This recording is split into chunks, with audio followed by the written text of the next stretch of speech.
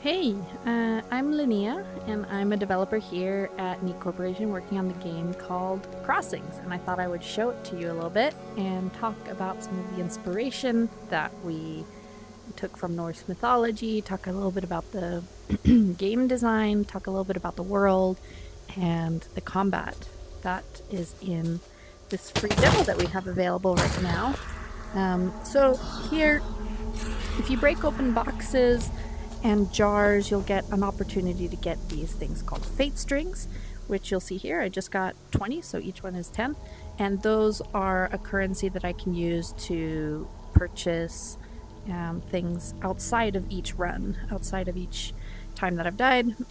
The Blood of Nor here is a currency that is tied to this run specifically, so I can't take it with me after I've died. And we've got a bunch of other player stats here, very helpful to see everything at one stop. I've got 3 spell categories here. One is a push, which all of these start at a wind type spell, but as you go through the game you can see there's upgrades and trees and different elemental damages and effects that happen. This one is a lift, and this one is like I call it kind of like a sunder, but it's here. I'll show you on this guy here. It's kind of like, see, it's like in the middle. It'll find any of the enemies in the area, and it'll swirl around them or do something localized to their position. So you'll see there's like one with roots that tingles them up. There's ice that comes up from them, and those are all part of this center sort of one that you do movements like this for. And then the push one is a movement like that, and then the lift is a movement like that. I was trying to do them slowly so I wouldn't use up mana, but you can see it's very gesture based and physical, and that's kind of been our goal with the game, is to make sure that, like, you know, you are moving in combat the way you might imagine swinging an axe or a sword in real life, right? And there's a little bit of weight to it, so even if I'm moving, you know, very clearly, so here I'll move my hands together and you can kind of see, like, the weapon has a little bit of a trail, and heavier weapons feel heavier and they'll do more damage, but it means that you can't swing them as quickly and you can't turn direction as easily. So one of the main things in the combat is being able to block as well in order to mitigate damage being done, but also in order to stun the enemy. Or, well, I guess it's not actually a stun. They run out of what is called poise damage, but it functions similarly to a stun. So here you can see we've taken a lot of inspiration in the environment from... Oh no, there's a ghost. Oh god, oh no, I hate this guy. Okay, where is he going? Okay. Oh no, and then that guy saw me. Okay. So here you can see I'm blocking the incoming attack, and I've got a combo that this weapon does here. So if I strike down to the right, down to the left, and then down, I get triple damage. And different weapons have different combos, and they sometimes have different effects. This one is obviously damage. Some of them have like ice slow, some of them have fire, which does like a damage over time, or poison, that sort of thing. You get the idea.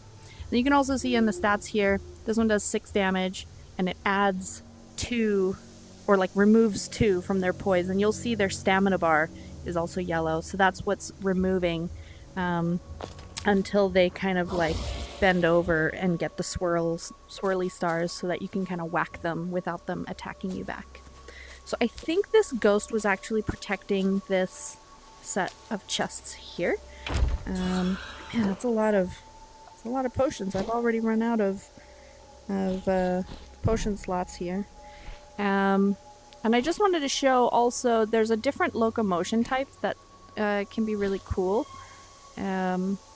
If you like being able to see your character, then this one is actually really cool because you get to see your outfit a little bit more. You get to see the eyes that you have equipped and the hat.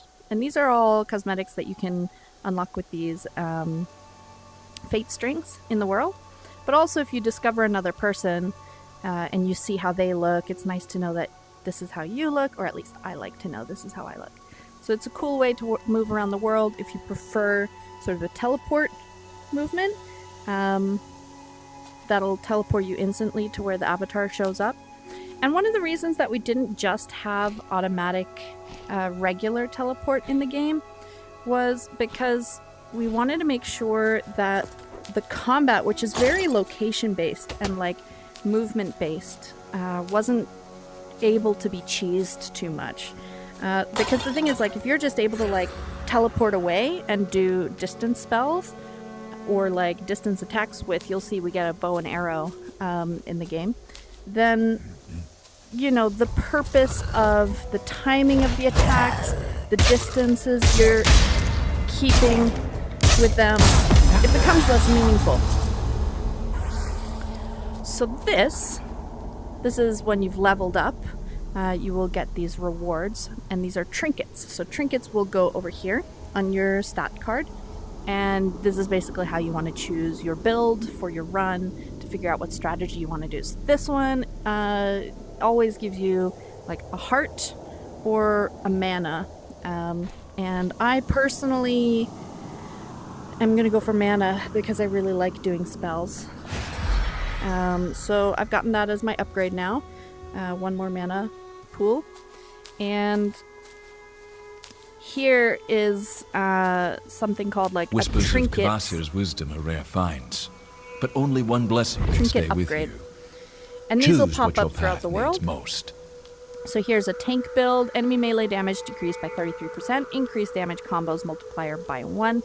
Let's see. A sword based, well, I don't have a sword right now, I have an axe, but I could switch to a sword if one pops up in the world. Base damage of swords increased. Swords get a 25% chance to dizzy target enemy on finishing combo, which is pretty good because swords don't normally dizzy the targets. They're usually more like direct damage and not as much of the dizzy stat.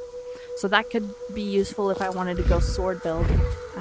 Axe, that's more damage. Easy. Done. 30% increase by 1. That's like, let me think, 6 versus 2. And the tank is enemy decreased by 30, increased damage combos multiplied by 1. Yeah, I think I'm going to do this build because I do enjoy doing combos and I'm not very good at mitigating damage on my own. So I think that's what I'm going to do, and it costs 1 mana, and of course I just got an extra mana, so that's what I spent it on, was getting this trinket. And you can see here I've got it now as part of my player stats, so I can always refer back to that if I'm curious about what I've chosen to do this run. I'm one of those people that always likes to open up boxes whenever I'm going through places, and I like to smash everything and get all of the trinkets and all of the upgrades. So you'll see me doing quite a lot of that in this.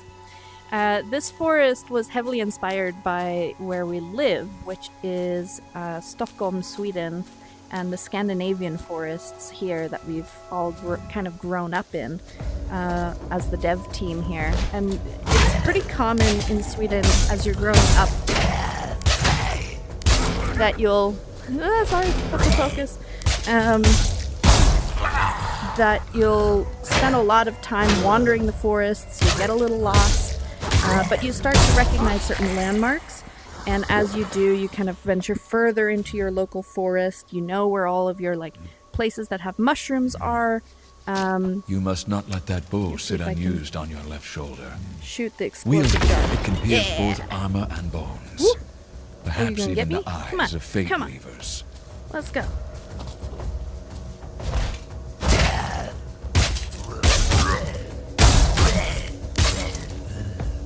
Oh, he does more damage. I should have blocked more of his incoming stuff, but luckily I've got the 33% less damage buff, which is really nice. Yeah, so you'll notice there's a lot of references in terms of the layout and design and feel of the space with the mist and the moss and the trees and the style of forest, how it feels with these large rocks, because there really are these, like, it's Ice Age where all of this was formed, so it's pretty accurate to how it feels when you're going through the forest as a child and you're like running across all these logs and finding these mushrooms and speaking to kind of our nostalgia there. So here we have one of our environmental puzzles, and immediately you might be thinking, hey, an eye that's watching you, that must be Odin. But no, this is actually one of the Norns, who are the Weavers of Fate, who are like the thing you're trying to stop in this game. These are the big baddies, right? And so they are guarding a lot of elements that can change fate, and they are watching the world, similarly to how Odin does, but he had to sacrifice his other eye in order to be able to see stuff, whereas they just kind of have this inherent power of seeing the world, seeing destiny, and being able to see what's happening. So if you stop them from seeing how destiny is shaped here, then you can come and smash. I didn't get any drops from these. RNG. Ooh. Oh, this is good. Venom damage. Up, down, to the right. Yeah, I think I'm gonna have to... 6462. Yeah. I think I'm gonna have to switch to this. Because I didn't even do the axe build. I did the tank build, so that feels... And this one's golden. And you can kind of tell the swords are a little faster. Like they're not as heavy as the axe. And then the heaviest weapon is the club. But that one also does the most of this dizzy damage. And here you might be thinking, there's a lot of paths. Where did we just go? Like, what the heck is that over there? But we have this neat thing called your lantern. It's not a crazy name for a thing. But if you hold it and look in different directions, you'll see, it's going this way. It'll always point you, if you're facing the correct path, towards the Nornir, which are your enemies and bosses at the end of the game, where you want to go. So this is, your fate strings are leading you to your fate, which is to defeat the Nornir. Here we got 3 enemies. Let's see, how do we tackle you guys? Oh wait, no, that wasn't my combo anymore, was it? It was up, down, and then to the right. Yeah, there we go. All right, up, down, to the right. I need to actually block too. Yeah, he's getting some damage there. Up, down, and to the right. Yes. Okay. Here's some more health, which is good because I need it. And then this guy.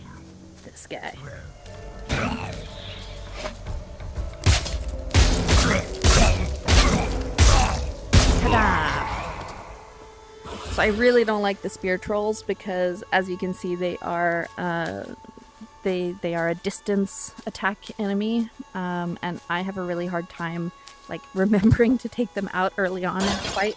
So it's really good if I remember to use my bow to take out enemies that do distance attacks from a distance. I'm just trying to remind myself here now. And so these creatures that we're fighting here, you've seen some trolls, and as you get further into the forests, which here are really just like a metaphor for the afterlife. Wait, no, it's up, down, and then to the... There we go.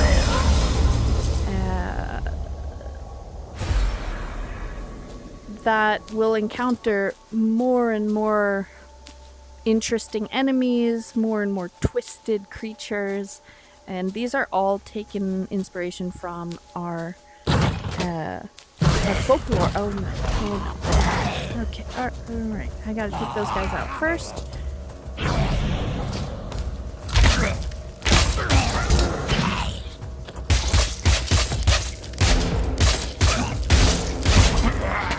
Alright. There we go. Ta-da! See, he's taking quite a lot of poise damage already. So these are troll burrows that exist in the forest. And in Sweden, when you're walking around in Scandinavia, you'll often see these like holes dug into the ground.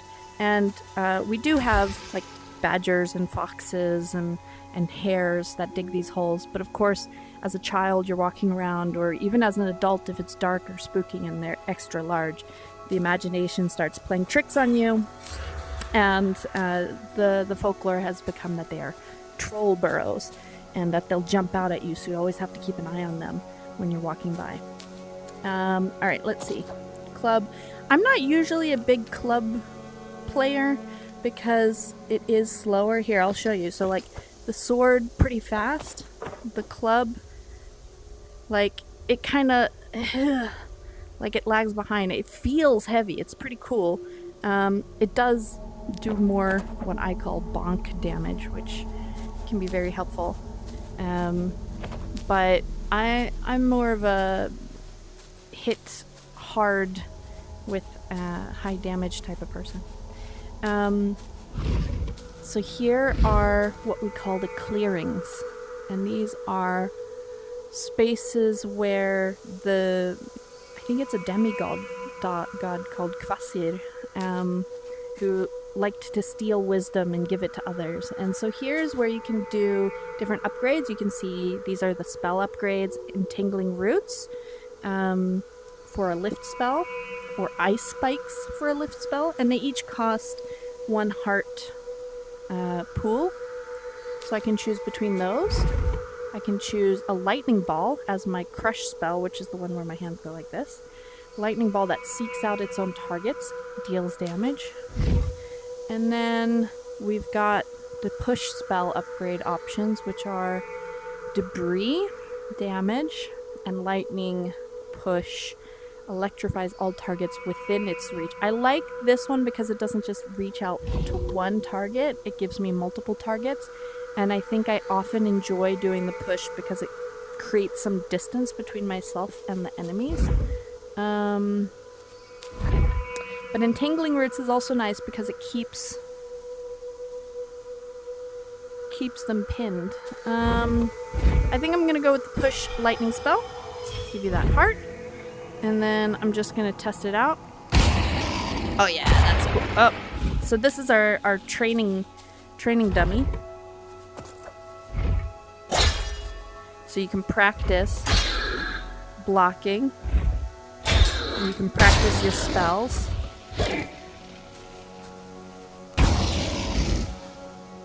And you can practice your combos, right? Because this sword had another combo too. It's to the right, down to the left, then down to the right. Okay.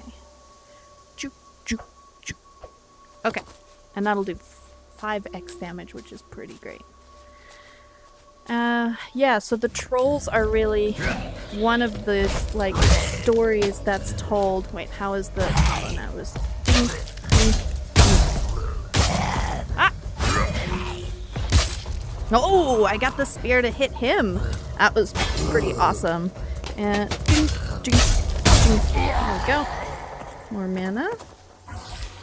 And then let's see if I can use my push spell. Nice. That was awesome. So much damage. Oh, and then there's more guys here. Okay. Alright. I need to remember I've got very little health, but I have health potions. There. That's almost full health now.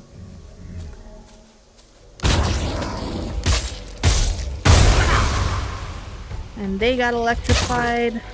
That's good. Which is also what I want. And you can see as I'm getting these upgraded weapons and all these upgraded spells and trinkets that my ability to take on these larger enemies becomes easier. My strategy becomes much more clear, and like the pattern in which I approach them becomes kind of set for this run, whereas like a different run maybe I would go super glass cannon build, right? Okay, here we've got one of the new enemies called the Draugr. You might think it's a zombie.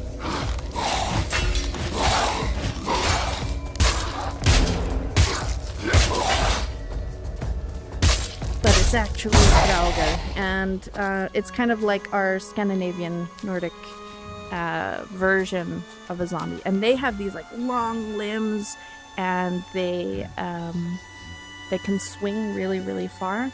And in the lore, it kind of says that they rise at night from their graves. So like as long as their bones are in their grave, they can rise and become a Draugr at night. And there's different stories about whether or not they know who they are or not, or if they're just these like mindless kind of frustrated beings.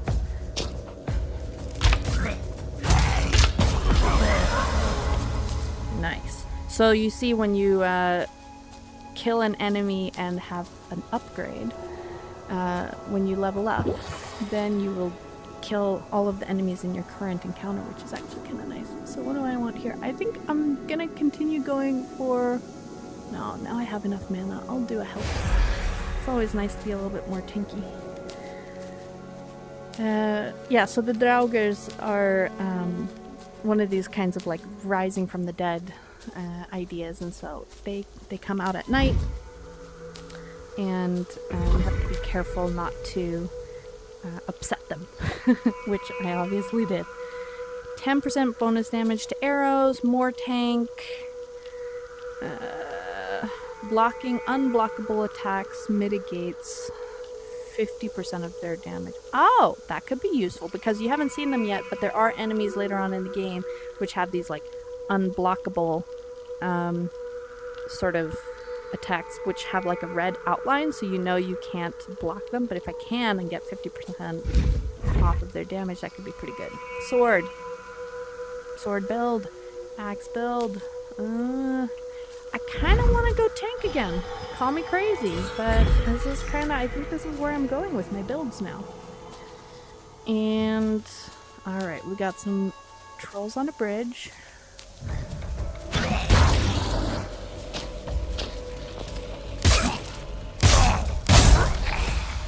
Alright. Ah! He fell down the cliff. That's also something really fun. You can like push them or lift them and they'll fall down cliffs, and that will be an effective way to kill them, which is pretty nice. Just gonna check that I'm still going the right direction. Yep, I am. Alright, that's good. Let's see where we can go. So as you progress in through the world, right now we're in the forest, Act 1. But there's a dwarven ruin through the caves that you get to later. And sorry, I'm just... Oh, I'm running on my arrows. Okay. Ooh.